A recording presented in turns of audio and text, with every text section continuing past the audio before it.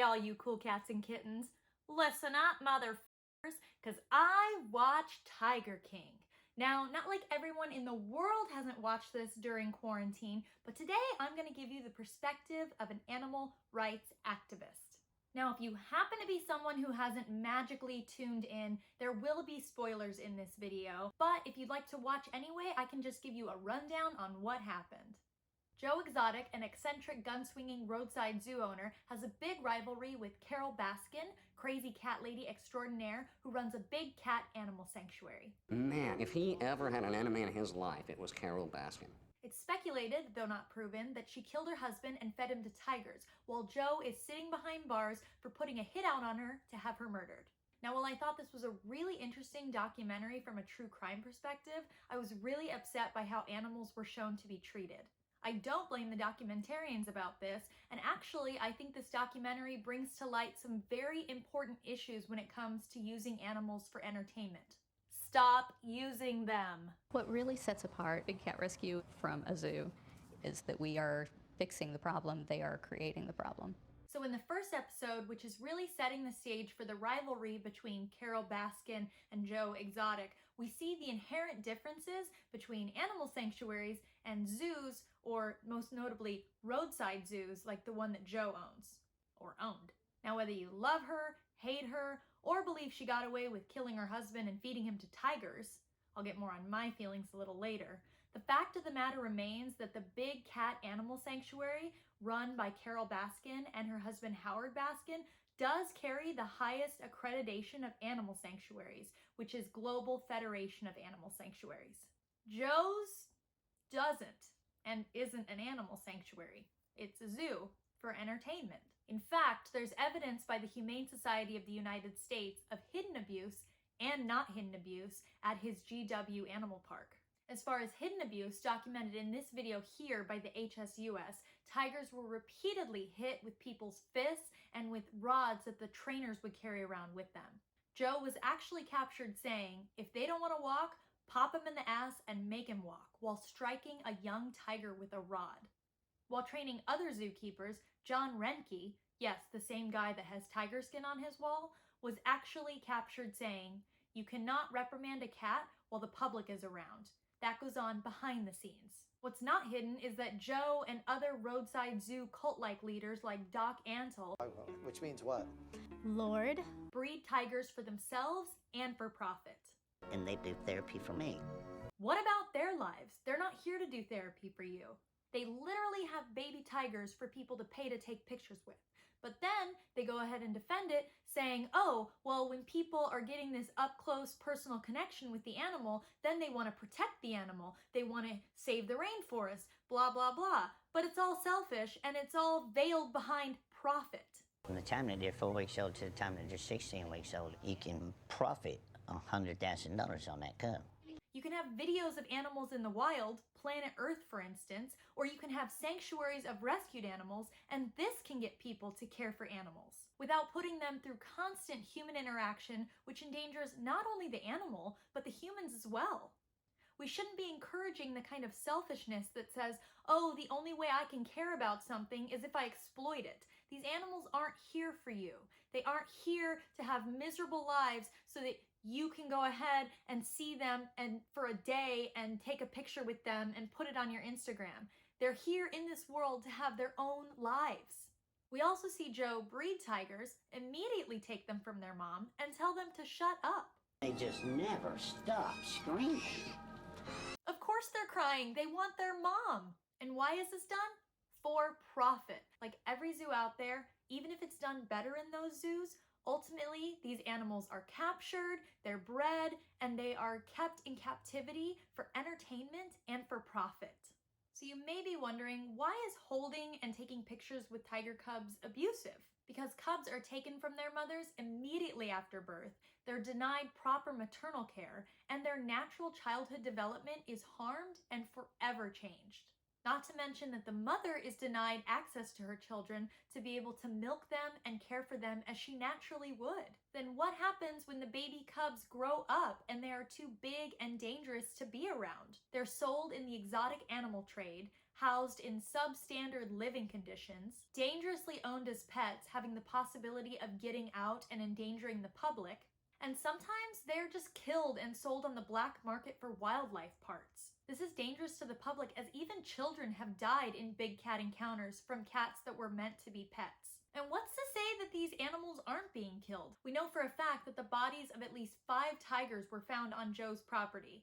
He claims that they were mercy killings, that they were being euthanized because they were sick, but why didn't he get a veterinarian involved? I mean, even just to protect yourself, wouldn't you get a veterinarian? And then, to keep the profit rolling, they have to just continue the cycle all over again, breeding tigers, denying mothers to be able to care for their tigers, denying tigers of the proper care that they need, and then the tiger happens to go on as someone else's pet and bring more danger to the public and itself, or gets killed. And you know what keeps people coming back to participate in the exploitation of these animals? There's something very addicting about the feeling of power being around these animals. These animals aren't here to satisfy your addiction. Now, don't get me wrong, Carole Baskin is no saint when it comes to animals, as she's been accused of buying, breeding, and selling animals for years. Though she claims that the animals that she bought were bought from fur farms or auctions where they would have been taxidermied. Then there's the horrific video that Carole and presumably her late husband Don made years ago, demonstrating how you take a cat away from its mother and how you rear it up so that it can be a pet. They have to be taken this young from the mother in order to make good quality pets from them. Though Carole has admitted to doing this and claims that she's turned over a new leaf. However, there is that awful time that Carole and her volunteers killed rabbits and then took pictures posing and smiling with their corpses. Now, I understand that cats are obligate carnivores, and if you're going to care for them, they need to eat meat. But for someone to be able to actually commit the action of killing an animal and taking a picture and smiling about it seems particularly maniacal to me. And the big question on everyone's mind, did she kill her husband? What do you think about that, Bailey? Honestly, I don't know, and I feel like I could go either way. There's definitely speculation that his disappearance is linked to his death, as investigators, including the Hillsborough County Sheriff Chad Chronister, have opened up the case again and are looking into it. But she argues that he disappeared to Costa Rica, and they haven't really found evidence either way. Granted, they haven't found him in Costa Rica. As much as I agree with some of her morals on animal rights, though definitely not all, I do think that if they find the evidence that they're looking for, that she really did kill Don, then she should face prison. Something that we're really not good at in this country is claiming someone is innocent until proven guilty. It's hard because I think that there's a very high likelihood she did kill him, but at the same time, if there's not evidence, we can't necessarily point the finger and say she did it. Now, we can say that investigators need to look into it and that there's high suspicion that she did it, but until that's there, she's innocent until proven guilty. Okay, so now that I've spoken my piece about Carole Baskin, let's get back to some of the stuff that happened that still bothered me in regards to animals in Tiger King. The alligators. Nobody thinks about the alligators. There's this whole big warehouse that houses the alligators. It also happens to house the only footage that they have of Joe Exotic's reality show, and it goes up in flames, destroying the footage, but more importantly, killing alligators. And who did it? Who knows? It could have been Carole, who didn't want the zoo to be going on anymore, or it could have been Joe himself, who didn't want the footage that was in there, or it could have just been some unknown assailant. But nonetheless, alligators died, and that's really tragic. Then another character comes in who's really no fun at all, Jeff Lowe. Now, unlike Joe Exotic, who at least has a wildly entertaining personality going for him, and yes, did run for president, and did run for governor, which... Joe Exotic for the people of America. How's that? Those parts were hilarious to watch. Jeff Lowe is just boring, and he uses women and smuggles tigers in Las Vegas parties in what? Drum roll, please. A suitcase! Are you fucking kidding me? A suitcase? He also prides himself on his grandfather owning Robin's Brothers Circus, the largest menagerie of animals in the world. Let's look up the term for menagerie, shall we? A collection of wild or foreign animals kept especially for exhibition. Yes, animals as a collection, an exhibition, to be put on display, like art.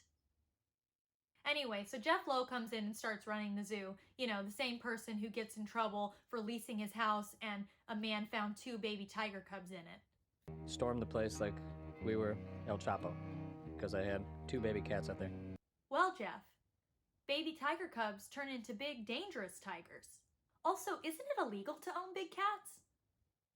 Oh wait, it's not? While many states ban ownership of wild animals, some states have very loose restrictions and some have none at all. In comes the Big Cat Public Safety Act. This act would prohibit the possession of lions, tigers, cheetahs, cougars, leopards, or any hybrid of the species to anyone who's not licensed by the USDA. It would also restrict direct contact with these animals and the public, which means no more cub petting. Currently, there's only about 4,000 tigers in the wild, while there is an estimate between 5,000 to 10,000 tigers living in captivity within the US. The blockade to this bill is that roadside zoo owners like Joe Exotic and like Doc Antle will actually take their tigers to Congress, to representatives, and they'll be like, look, hold this tiger. And then the congresswoman or man will be like, oh, they're so fluffy, they're so cute. They'll hold the tiger, they'll take a picture with the tiger, they'll post it on their social media, and then can they oppose the bill? No, because they'd look like a hypocrite. And to think the government's not working with us.